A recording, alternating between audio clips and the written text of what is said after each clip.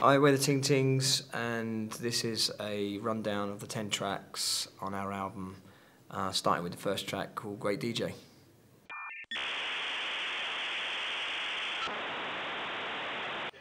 Track 1 is a track called Great DJ. This is the first song we wrote as a Ting Tings together. Accidentally, Katie had just started playing a guitar. My D chord thing. Yeah. I played the D chord continuously because that's all I could play. Jules was playing the drums on his own at the mill and like hot wiring loop pedals, and I thought, you know, I can't just sing to drums, and so I picked his guitar up, which was a 78 Strat, which I dropped 3 times in that day just because I couldn't play it properly, and I played the D chord for hours and hours just getting used to playing it and did his head in, and then I put my finger on the wrong string and it made like this weird note that sounded really good, so we wrote Great DJ over that. It was a 10-minute long song that we played to our friends at parties. And they all got still pissed. plays it wrong live. But it worked. Yeah.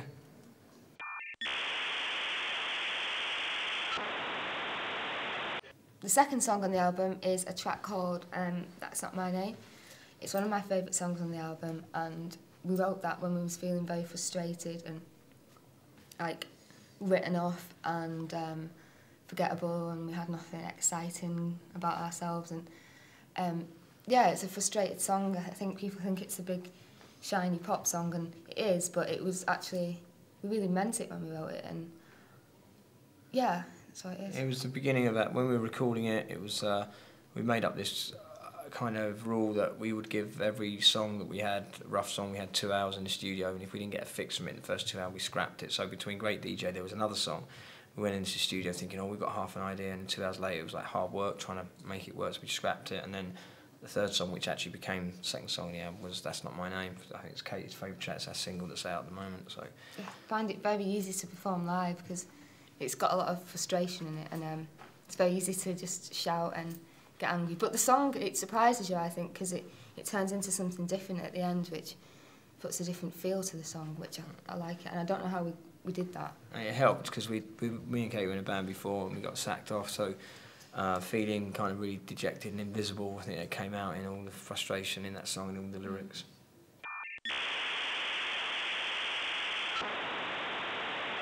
Third track on the album is called Fruit Machine. This is another one of, we put a couple of vinyl out before we finished the album, before we signed a deal, in fact.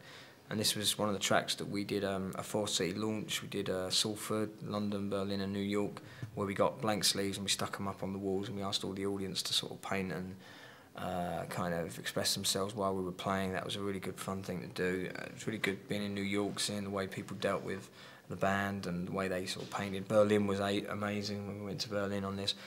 The song was born out of a chant, that sort of chant, you know, that we're going home in a London, it was like that. And we came up with the idea and put that down in about 3 or 4 hours in the studio, and then that's that song finished and done.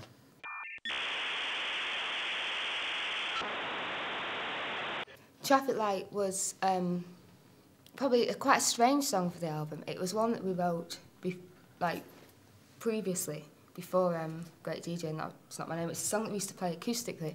Whenever anybody used to say, oh yeah, drop us a song, we'd sing that song, and it used to really work. And yeah, we put that on the album, and I was very dubious about playing it live because I thought it might bring the set down too much and I wanted people to dance. And Jules convinced me to do it at a show in London, and the whole room went completely silent, and it felt really good. It surprised me how it pulled people in, so yeah, it's Traffic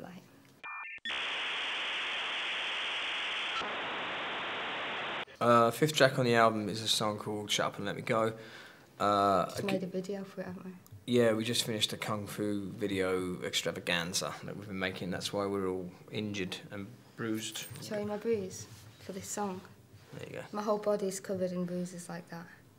And again, this song, a lot of people think it's just about relationships and feeling a bit kind of let down, and it is a bit about that, but it's also, again, a bit of our frustration about being on a label that wasn't doing anything, and we were just trying to get free of that label, and I think it came out in the song. It's a real chic kind of track. Started to learn how to do rhythm by that point. It's probably like 2 months, so I'd got past the D chord and into rhythm, repetitive rhythm.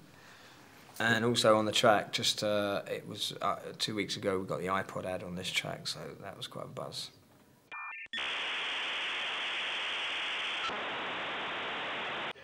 Right, the song called Keep Your Head on the album was, Jules actually started that on a little riff on a guitar that I wasn't feeling because I couldn't think of anything to sing over it. And you just kept doing it, didn't you? And then you looped it, you used his loop pedal, and he looped this little riff and started drumming to it. And I went and sat on my computer and probably checked MySpace or something. And then I just started singing this little idea. And then we just bounced it backwards and forwards until it probably changed about 5 times. But in it was written in like a rehearsal mode as opposed to studio mode. And that's one of our best songs live as well. Yeah, that song's about... it's about, well, at the time we started getting some local press and radio, and people like tipping us to be the big band for this year, and we just wanted to make sure that we could keep our heads on it, really. So talking to ourselves.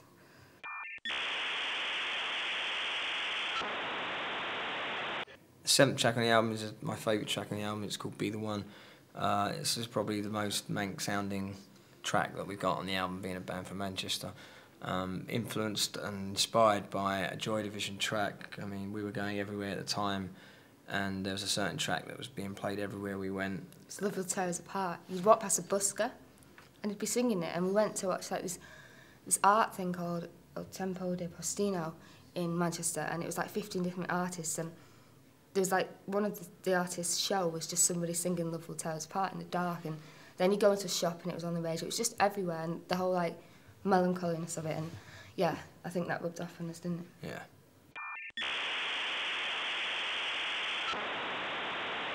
We Walk is the 8th track on the album that we've just put into our set live. We're doing it. We were in a studio and found a piano, and it's the first track we had written together on a piano. And it's a great song. It really works. We're really proud of it, but it's a problem song live because we can't obviously count. We like the energy between the guitar and drums live, so lugging around on a piano is a problem. So we've ditched the piano and we've kind of put it on guitar. And tonight we're debuting it. No, we're not doing it tonight, aren't we? We're doing it tomorrow night for the first time. So.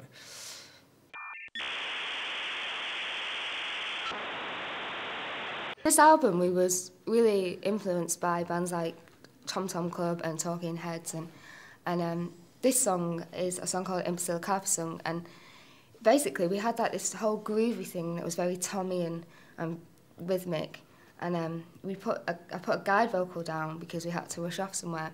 When we came back, we had to listen to it, and it was complete nonsense. It didn't make sense. It wasn't in English at all, and we played it to our friends, and it just sounded really good for some reason, even though it didn't have English words in it. And we tried to think of a few English words, and it didn't work. We put them in, and it changed the whole rhythm of the vocal. So we thought, fuck it, and just leave the English words and the non-English words in it, and that's IMPACILLA CARPISUNG. Currently banned on the album in China because they can't translate it, and they're worried about what we're saying on the album.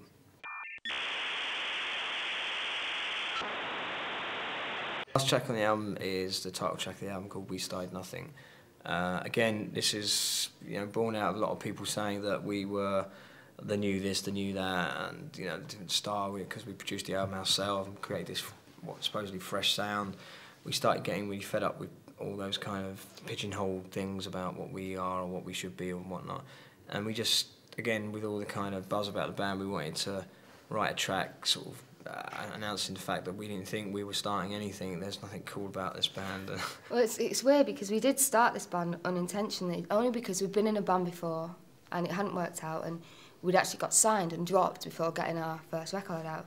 And so we felt like nobody would actually want to work with us ever again. Probably been a bit dramatic, but we did feel like that at the time. So we did start the band just to think that we was only playing it for parties, and and that's how far it would go.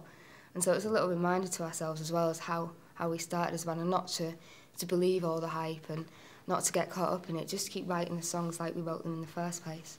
And it's probably where the next album, probably more of the direction of the next album. So that's our kind of very brief, hopefully brief, hope we've been not talking too much, rundown of our album, We Started Nothing. It's out on the 19th, next week. Yeah.